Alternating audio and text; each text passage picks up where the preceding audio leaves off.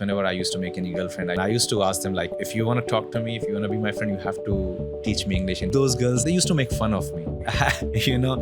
So I wanted to transform my body like Brad Pitt, and I wanted to look like that guy.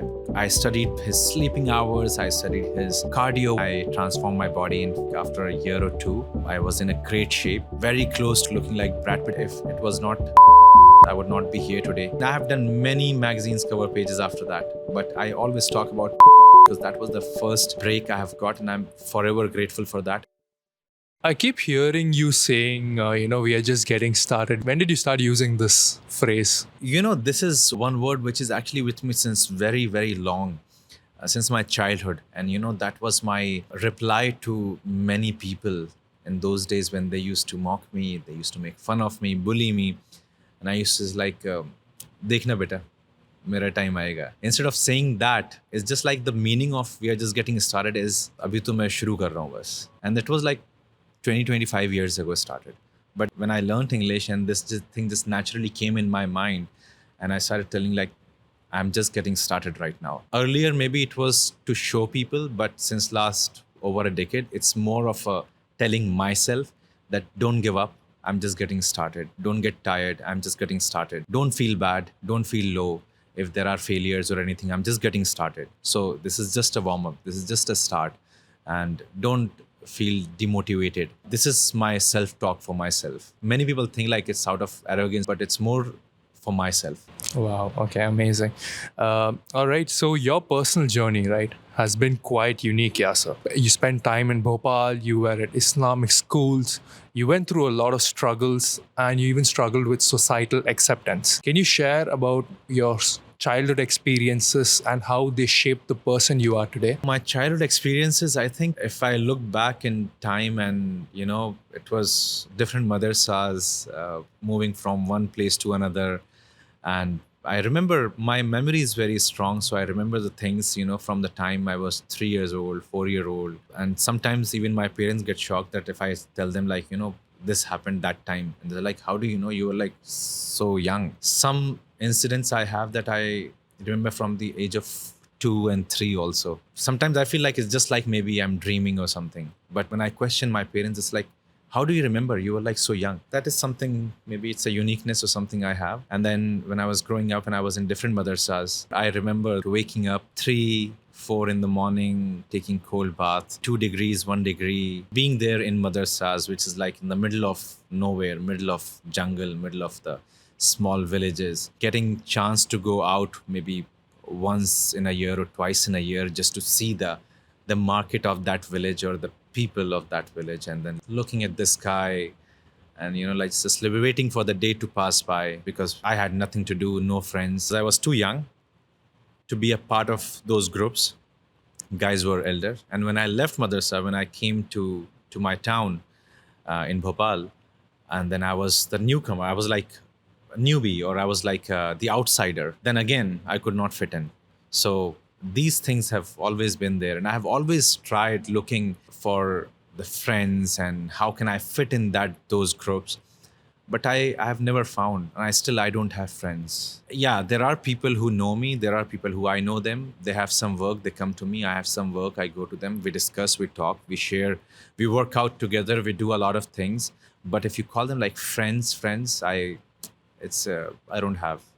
And that is because of the kind of childhood and the way I have lived my life. And later on, when I found friends, I have always found them like they want to be with me for a reason, and there is something they want out of it, or something like that. Like it just didn't match.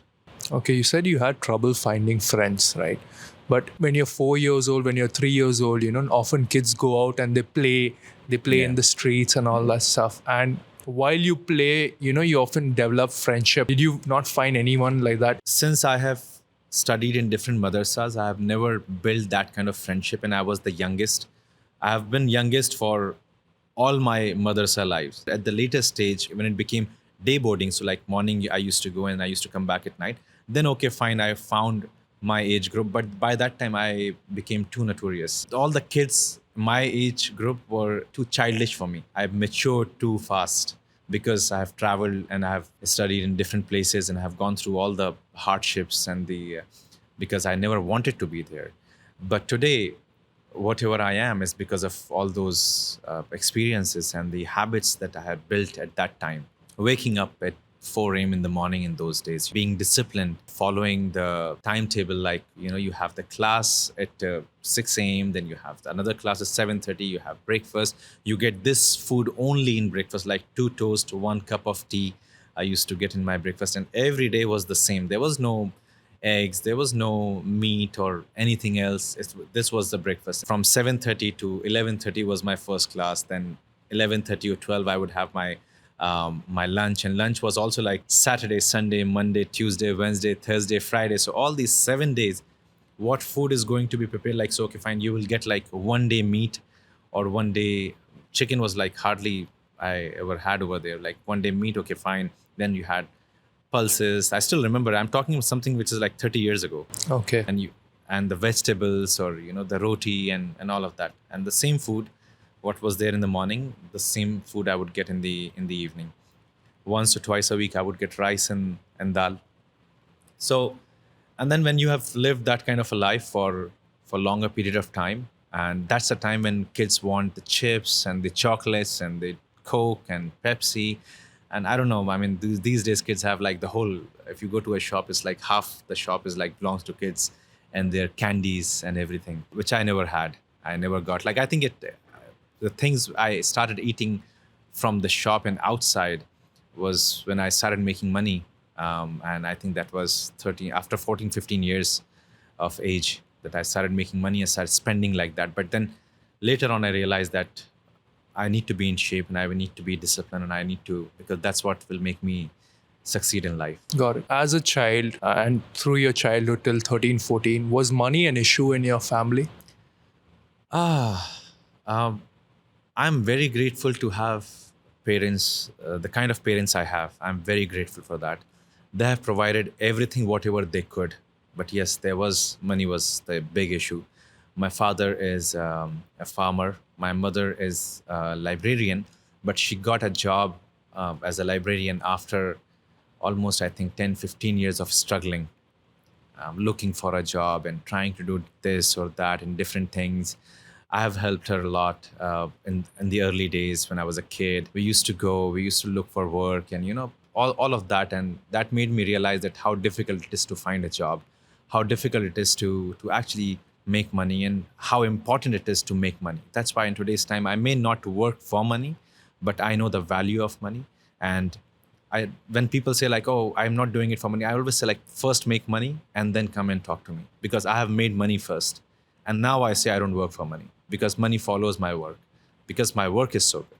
And that's what I believe in. Make money first, earn money, and then say whatever you want to say. If you don't have anything, don't say like, I don't like money, or I don't like rich people, or I don't want to be one of those people who, show off a lot. Come on, okay. Do you have all of that and you're not showing it? Very good. You don't have it, then what you want to show and what you don't want to show. Correct. They say that money solves 99% of your problems, like most of your problems. Yeah. And then, like, of course, and then eventually when you acquire money, you still realize that there are other problems also which money can't solve. I always tell people that make your money, get fame, have all the people in the world to help you and to support you, and then tell me, are you happy? And you will say, no, I'm not. Because that's not the answer. Absolutely. I have a question for you. So you said that like your parents have supported you a lot, right? Now, going back to that, when you're a child, your parents support you. And then when you become older, maybe 20, 30, parents need support. Yeah. How are you supporting your parents now? One thing I tell you, I'm turning 34 now, and from the age of 13, I have never taken a single penny from my parents. Wow. So it's been over 20 years now. And I have supported in every possible way, from building my house to getting my sisters get married, or their education, or anything and everything, whatever I could, and anything and everything, whatever I can today. I don't believe in buying materials for my family members, but I believe in giving them a better life, that how they can live a better life. And because you need to understand one thing. So living a better life always comes with like living a good life, you have to sleep and you have to work. You have to face night and you have to face the day also, right? Right. The same thing when it comes to living a better life. You have to face hardships. You have to go through hardships. You have to go through pain, and then the reward you will enjoy that, whatever will be the outcome. With my parents is like I have secured, I have provided everything, and I do support, but it's not like everything is just given to them and okay, no matter what you want, just is there. Yes, for my mom I do a lot, and for my dad also, but it's not like okay, you guys want to eat, let's go eat. But I know I have to take care of their health, I have to take care of their fitness as well. I cannot keep asking them to let's go, okay, what you feel like eating, let's order. I mean, I can order everything, I can buy anything and everything for them, but I don't want to. And especially when parents gets older, that's the time that don't over provide, because they will stop using their body. And if that happens, if you everything is like the driver is there, the cleaners are there, the maids are there, everything is like online shopping is there, then you don't realize that all of that you have got with your money, but you have spoiled their natural way of living. Right. In that age, if they have lived in certain way and now suddenly you provide everything and suddenly the food is like very rich in calories, it will become very difficult for them to stay fit and healthy. And that's the biggest mistake many people, many kids, when they make money and when they over provide to their parents. Got it. Got it. All right. Very interesting. I'll shift tangent and move towards another side.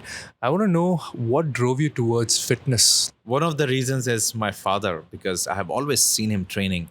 I've always seen him working out, and that is one thing which he never forced me. Actually, he asked me not to train initially. He asked me like not to do it because he never got success in training, because he's a farmer, right? In season time, he was working on the field, and non-season time, he was training. And that's what I have seen him while I was growing up. But he never asked me to train. He never, and he even said like, don't train. This, you will not get anything out of it. Just do it like, okay, fine, run and all, but you don't need to get involved in all of this.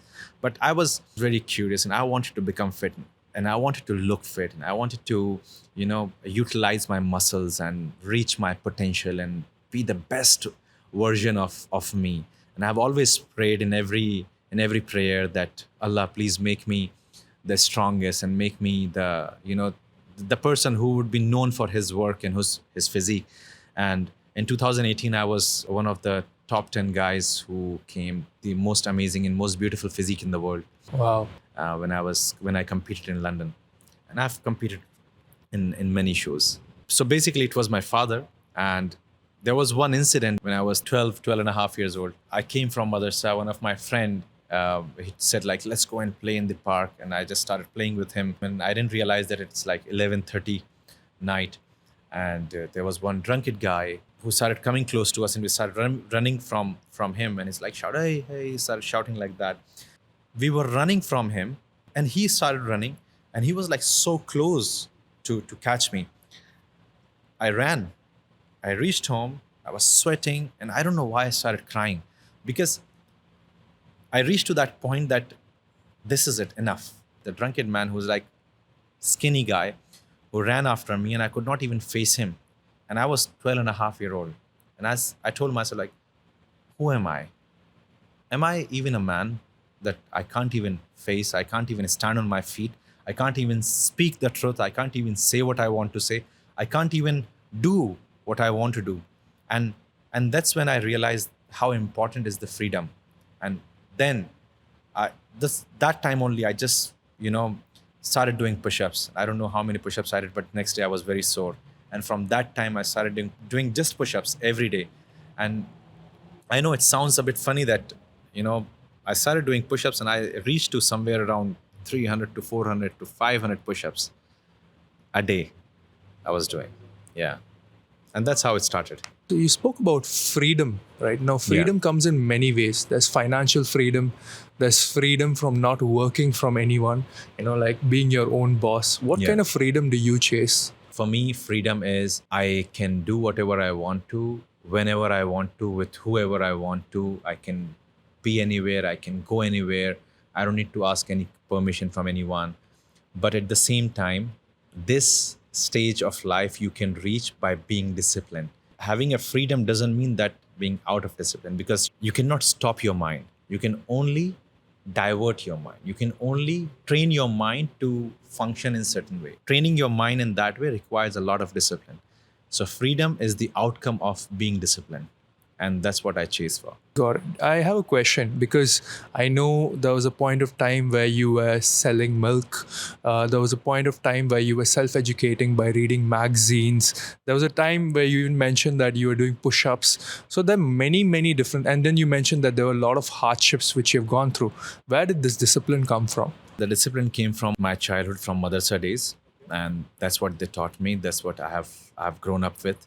And I, like when you're 4 year old, you would cry with. I mean, that's how kids cry with everything, anything. They nag, they throw their tantrums, and they have issues and whatever.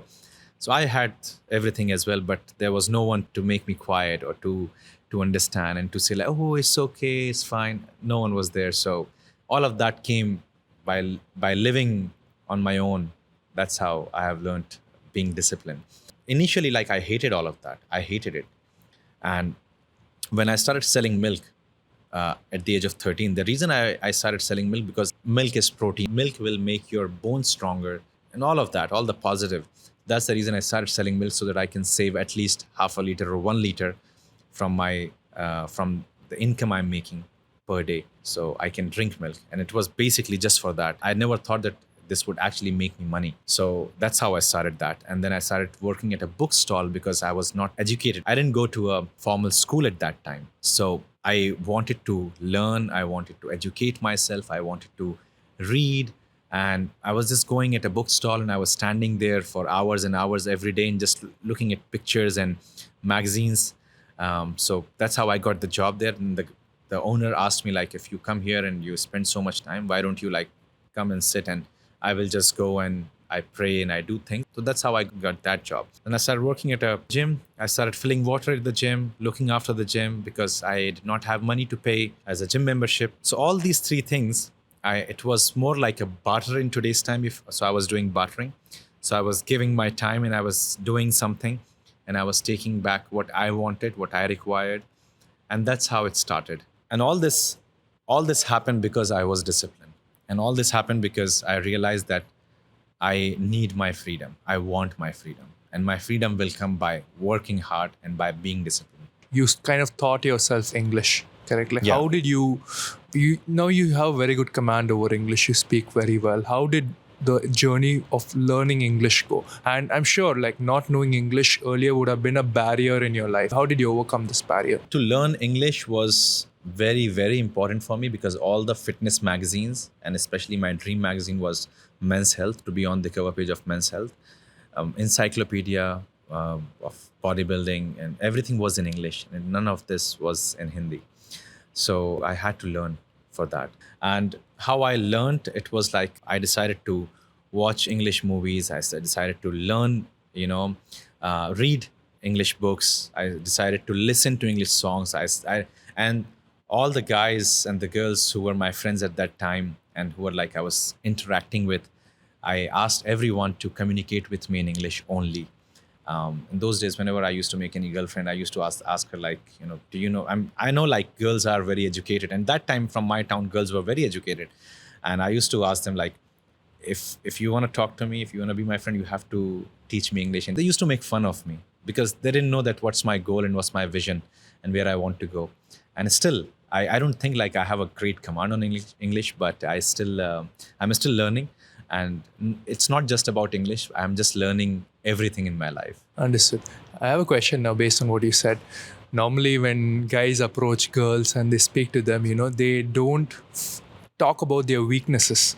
Not knowing English was one of your weaknesses, Yeah. but you still ask them to speak to you in English. Is this a good approach? I think it is not a good approach. That's why I never, those girls never stayed with me. But I got what I wanted. So maybe I was not looking for the girlfriend or the solid relationship. But that I would not suggest like go and start doing that, because of course that did not work.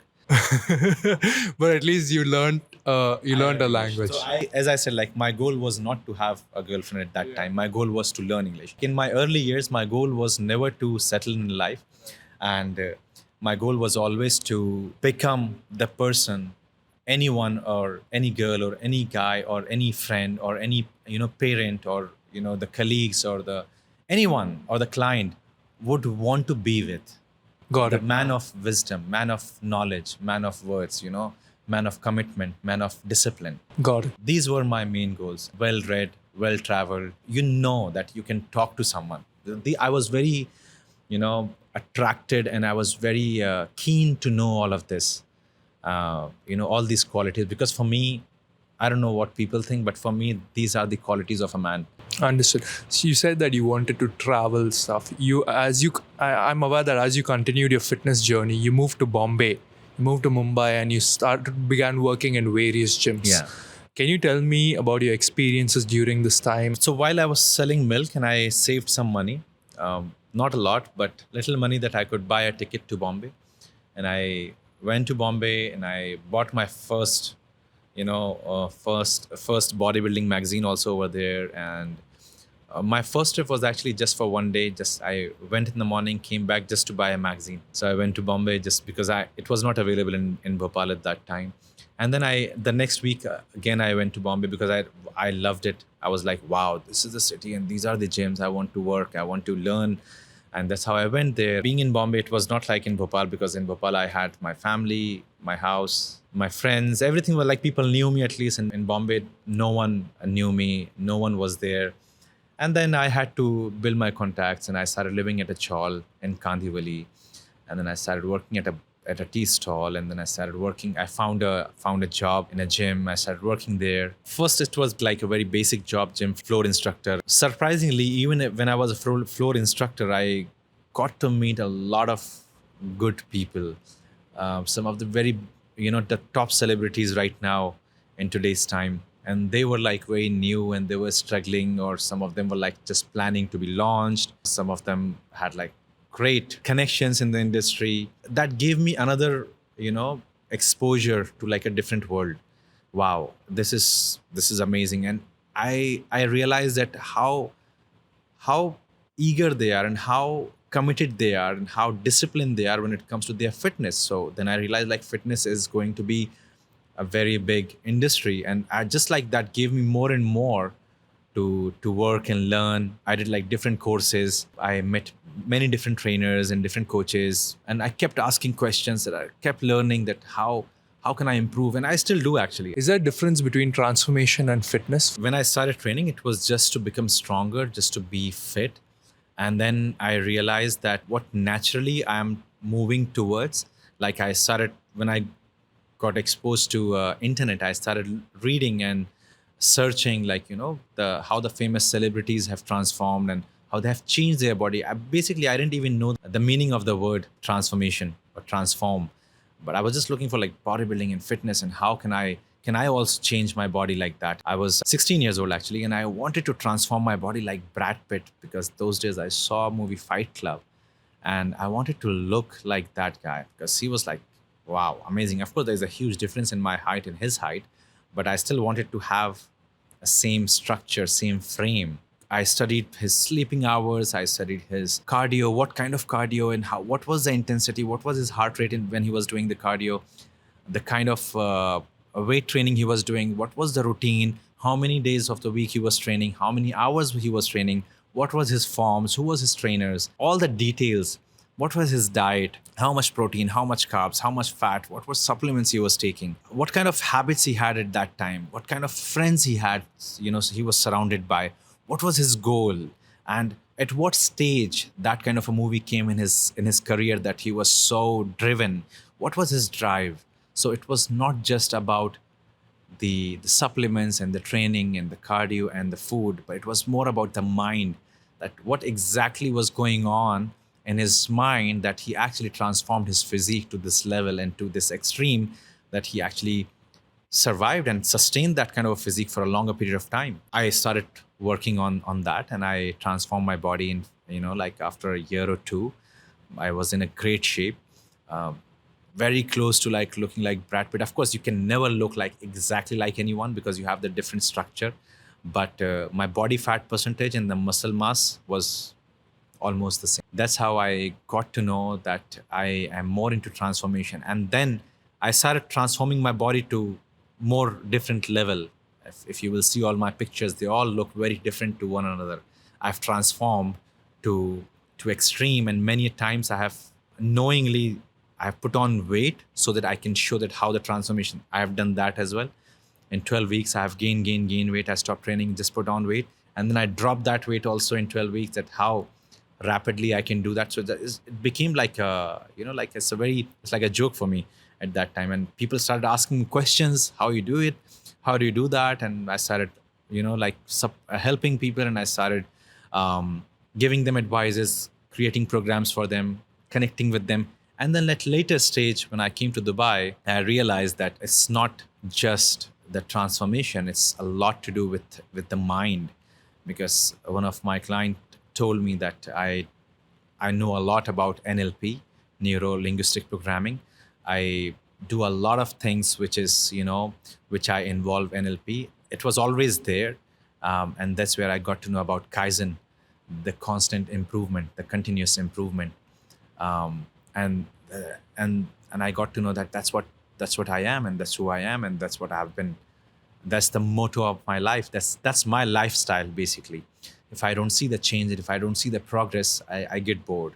So I always want to see. I chase the change. I chase the progress, and it's a lifestyle. It's a way of living. If you look back at Yasir 1 year back, how is Yasir 1 year back different from Yasir now? I'm a very different person right now. Of course, there are like core qualities of everyone always stays the same, like the transformation, like the hard work, facing hardships, facing challenges, constantly improving, the Kaizen, positive self talk, pushing people to achieve more. It can be my team, it can be the people who work with me, or my clients, or my partners, my family, and never accepting the norm, what everyone is doing. So I should start doing the same. I never do that. So these are still the same. But when it comes to my patience, I have changed a lot. I'm much more patient. When it comes to dealing with people and understanding people, there's a huge difference. When it comes to giving back to people, there's more, because naturally what you want is naturally what you need to give. You start giving, you start receiving. You start giving, you start receiving. That's a law of nature, basically. Universe gives you back. Now I'm at a point where I want to just help and support more people, because from here, in order to grow more, it's about making others grow along with me.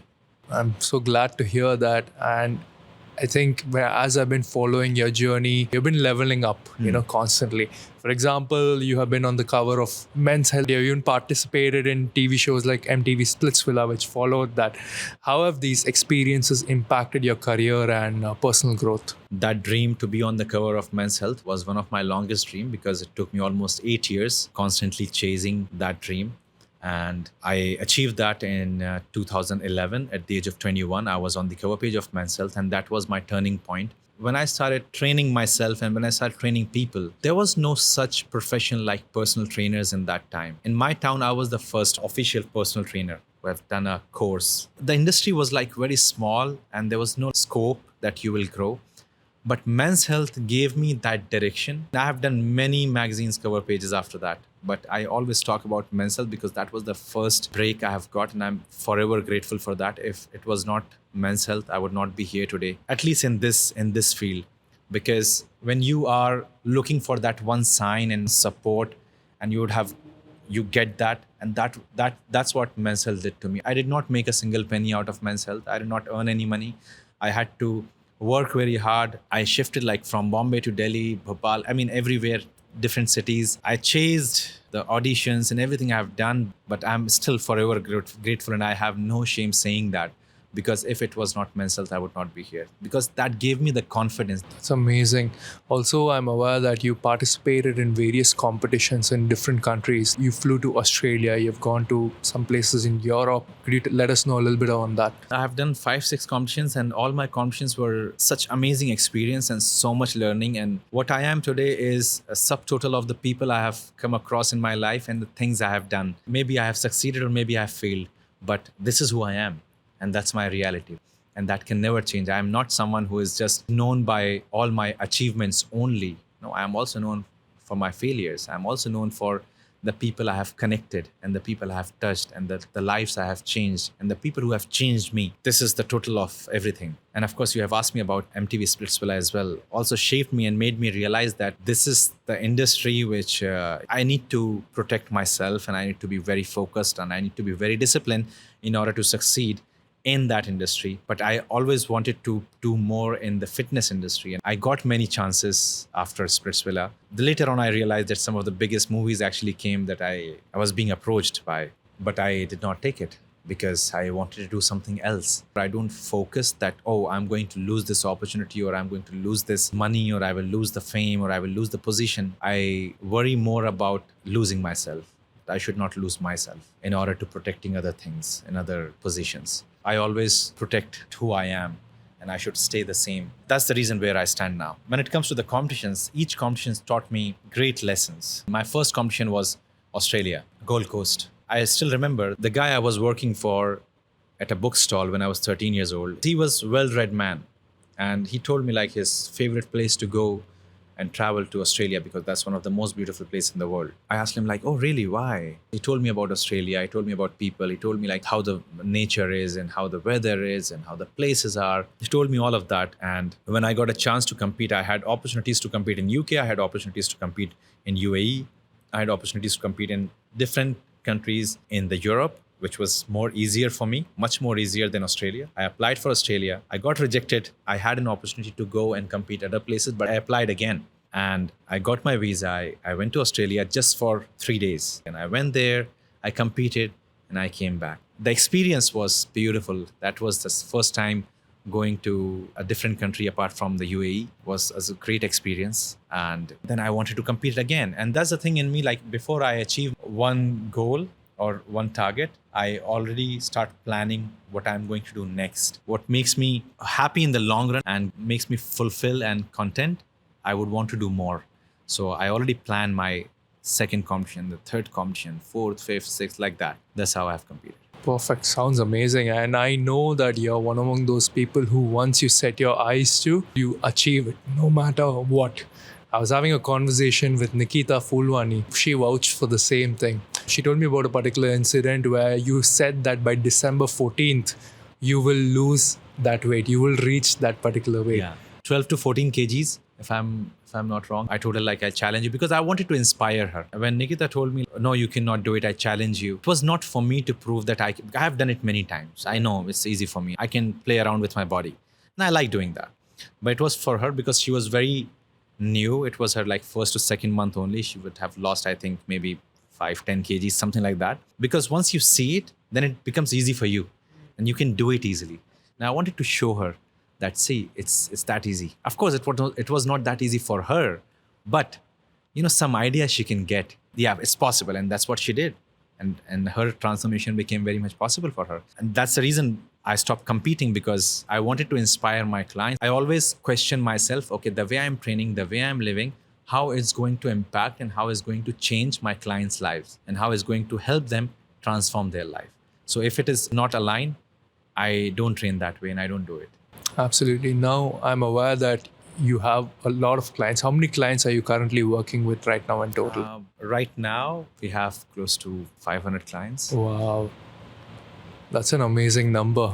Yeah, that's good number. But if I want to transform 1 billion people in this world before I die, I think 500 is just a start. That's why I say we're just getting started. When I say 1 billion people I want to transform, is not like transforming physically them, but I can transform them through these videos. I can transform people who are watching me, who are following me, who are even getting trained by the people who have worked with me and learned a lot from me.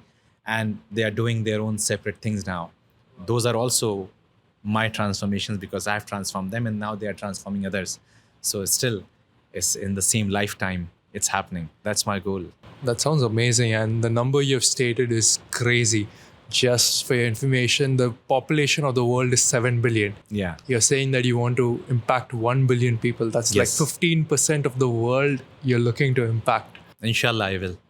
Inshallah, Yasir. And I always believe that if you don't set your goals high enough, when your goals are not scary, then it's just a dream. Absolutely. I know dreaming is good, but in order to make it a reality, you have to put into work and you have to make a goal. That's why I call it goals. So this is my goal.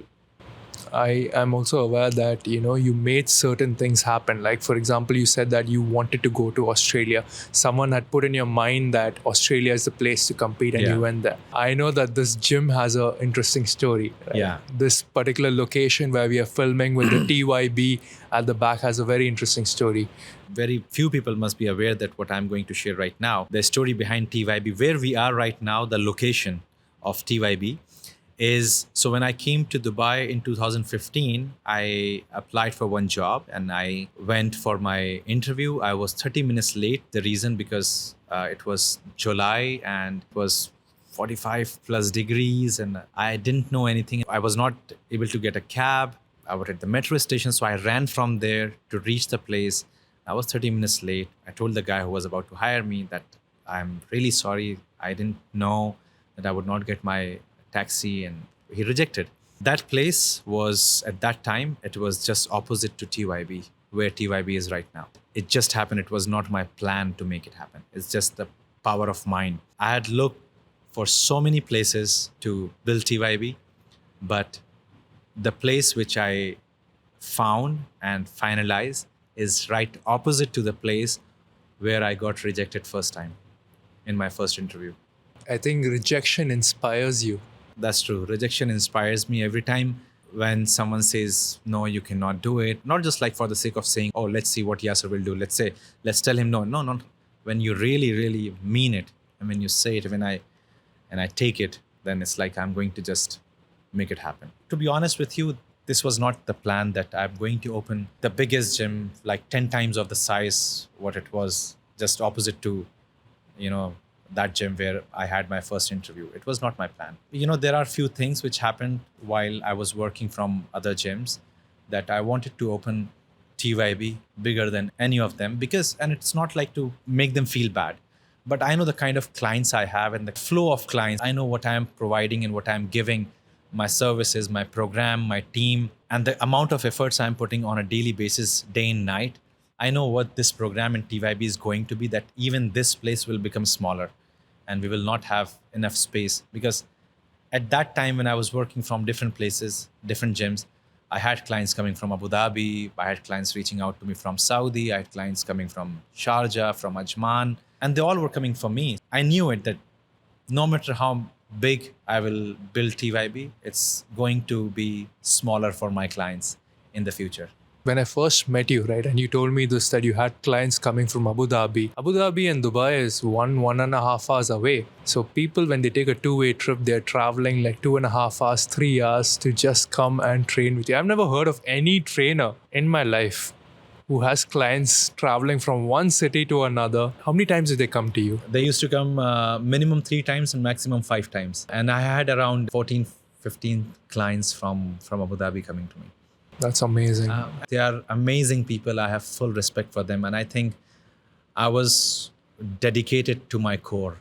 I am dedicated to my core when it comes to my program, when it comes to training and dealing with my clients, dealing with my team. I'm dedicated to my core.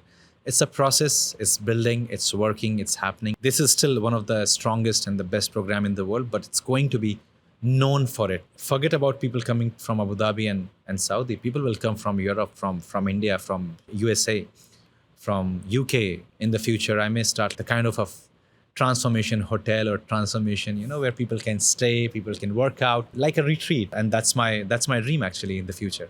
Okay, so this is one of your dreams. Do you have any other crazy dreams which you want to accomplish? And are you comfortable sharing that? Yeah.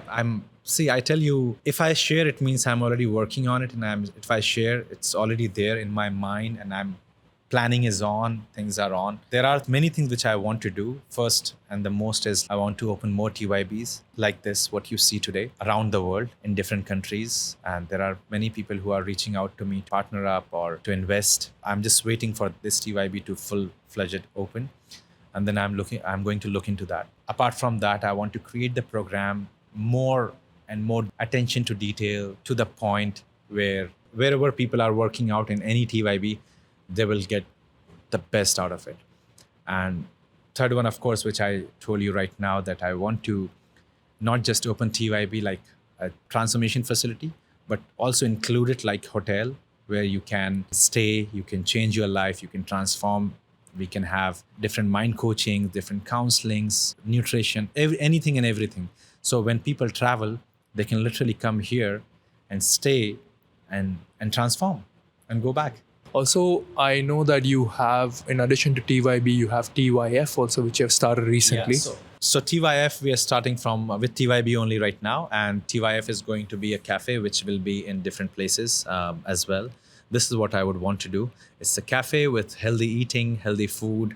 You have your protein shakes, coffee, and everything, which again, like a touch of the transformation is there. You know, you seem to be someone like who's very successful in building a fitness business. You know, what would be your advice to someone who's trying to build a successful business in the fitness industry? I know it will sound a little funny, but one thing is like never copy. Because I have never copied anyone. I have done everything in a very unique way, very unique style.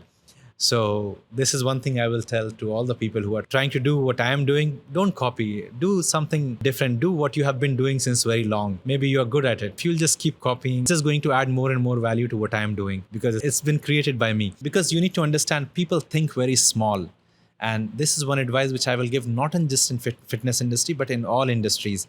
Do not think small that you are going to do something which is going to be with 10 people or 100 people or 1,000 people. Why are you thinking so small? Think big. Think big to become like LV or Gucci or Tesla or Ferrari, Lamborghini, Apple, Google, Amazon, Samsung, whatever there is. Think like that. Think that big. You can never grow if you copy anyone. And that's the thing, like you have to come up with your own different identity and different style of working. I have full respect for those who are working very hard. Just do it the right way, because just working hard is not enough. You have to work smart and you have to be honest. Understood. Who are some of your inspirations? Like, can you name any 3 inspirations and why you look up to them? The people who have inspired me always change depending on my goal. So every time each goal, I will have a different inspiration, because the people who I get inspired by are not just the heroes I'm looking into, but I model them. So I literally adopt their lifestyle as well. The things which I look into is not their flashy lifestyle and their success and their, the cars they drive, the watch they wear, the clothes they have, and the money they have. That's what they're showing. But what they're not showing, I go deep down in that. What they're not showing, the pain, the struggle, the story, the family, the pain points, the hardships, the consistency, the mindset, and the story where they have come from. Sylvester Stallone is one of my biggest inspirations. If you read his story, how he got the Rocky, how he achieved what he has achieved, how he won Oscar for Rocky. He sold his dog. He did not have money to eat. He sold his own dog. One night he was sitting and he was just writing a story of Rocky. He was watching actually a boxing match, and from there he got the idea and he started writing the story. He wrote the story and he took that script to all the filmmakers in Hollywood and started pitching the idea. And some of them were ready to buy the script in $300. He said, no, I'm not going to sell it. They were paying even more, but he said, no, I'm not going to sell it because I want to work in it as a lead actor. They wanted Robert De Niro, they wanted other actors. He said, if this movie is going to be made, I will be the Rocky because it's my story. Because he was connected to it. And he did that.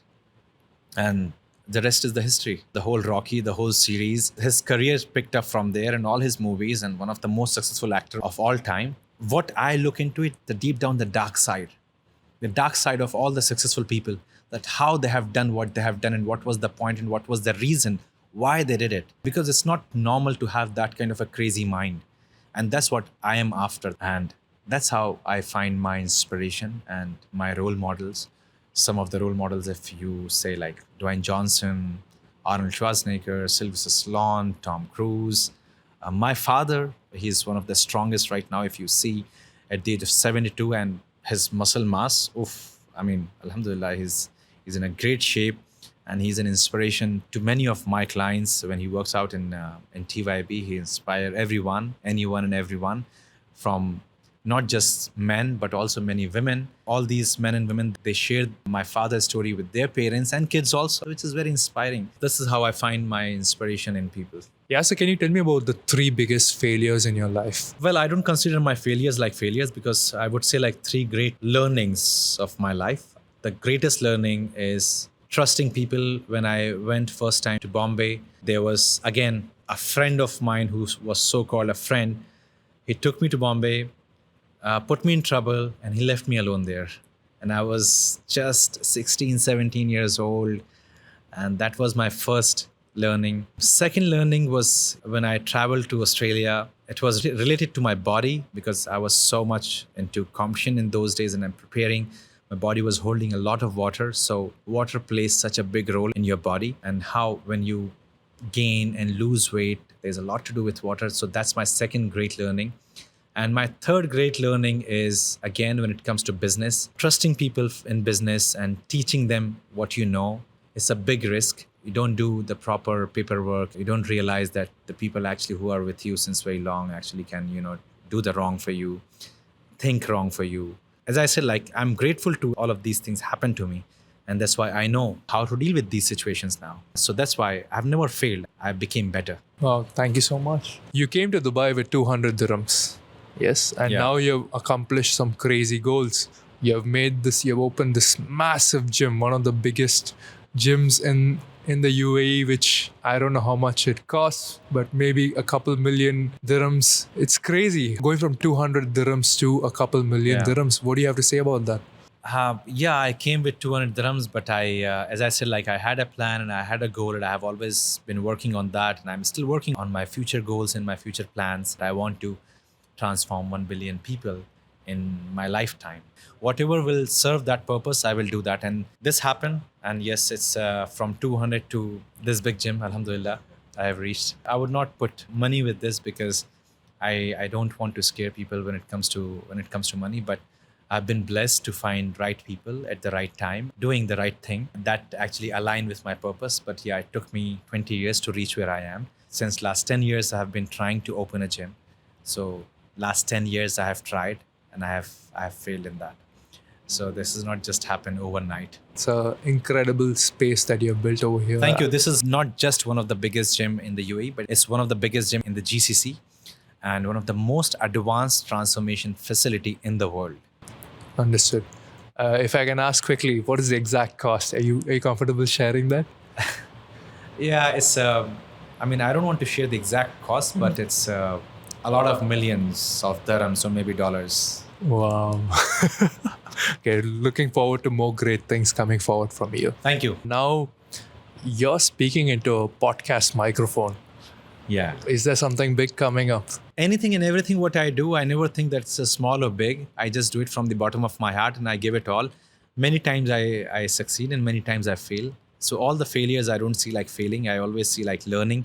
So this is what I'm not supposed to do. And podcasts, I've been actually waiting to do it since very long, and I wanted to do it properly. I've been watching many podcasts and I've learned a lot from podcasters. Joy Rogan is my inspiration again for podcast and how real he is and how honest he is. He's the man. I got inspired and I would love to invite him for my podcast when he is in Dubai. So there are many people like that who I got inspired by because I realized that there is much more in me which I would like to share and discuss, and people should know me the way I am, the kind of a person I am through my content. They don't know me much. There's so much out there, but they don't know real me.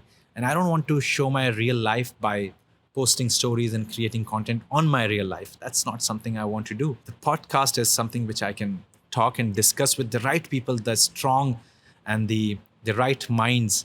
I would love to share this with them, the wisdom, the knowledge, and I would love to learn from them. So this is the kind of a podcast which, the story I want to share, their journey and their obstacles and their hardships, because I know my journey, my story is very inspiring and millions of people are getting inspired today in today's time. But I know there are many more people who are out there, who are great authors, CEOs, inventors, big coaches, nutritionists, trainers, writers, teachers, anyone, actors, musicians, and everyone. But they need to have, the unique story to tell. Understood. So what are you planning to call your podcast? If it's with me, it has to be something related to transform. It has to be something related to the hardships, the struggle, the strong mindsets, all of that I was thinking. And then I came up with the idea to call it Against All Odds with Yasir Khan. Because that's my story. That's what I've done. That's crazy. And who all do you plan to invite on this podcast? I have a couple of clients, I have a couple of friends, I have a couple of people who are in touch with me. And, Dubai is the place of opportunity, and everyone visits from around the world. And, there are so many people who I follow and who I look up to. I would love to invite all of them to my podcast and have a great discussion with them. I'm sure that many people would want to come in your podcast. So if someone wants to apply to your podcast, what criteria are you looking for? I'm going to create a form which I'm going to put it online on my social media, on my website as well. They can always apply, be a guest in my podcast, and definitely I will look into it if their story is inspiring and if they have a great way of telling it, and I would love to invite them on my podcast. How can people stay connected with you and your podcast and follow your journey and learn from the stories which you would be sharing? People can connect me by my social media, Yasir_Khan_official. Instagram, I'm very much active. On other platforms, I'm not much active, but I'm there on LinkedIn as well. And you can always email me as well at contact@yasirkhan.net and business@tybnow.com. If you are in Dubai, just Google TYB by Yasir Khan and you will find my location. Perfect. Sounds good, Yasir. Thank you so much for all that. Do you have anything to conclude from your end? Thank you. Thank you for asking all these questions, amazing questions. In the end, I would just say one thing, and that is, I'm just getting started. Perfect.